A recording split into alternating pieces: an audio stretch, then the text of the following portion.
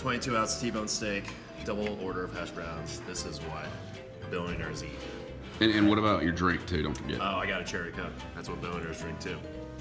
This looks like it's drenched in like butter. You see that? Yeah. That's awesome. That's the way to do it.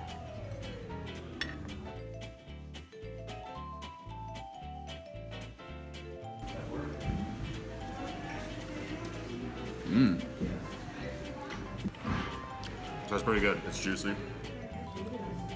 No. It's got a lot of pepper on top. Some salt.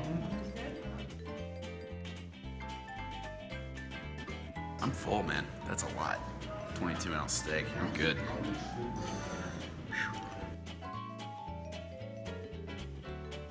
Okay, so we were told that in this dining room, there's a special area that Mr. Buffett likes to eat, and it's this private little dining room in here. They said that he likes to come in here and just close the door and have his meal. As you can see here, there's no like windows to the world, only a window to the dining room here.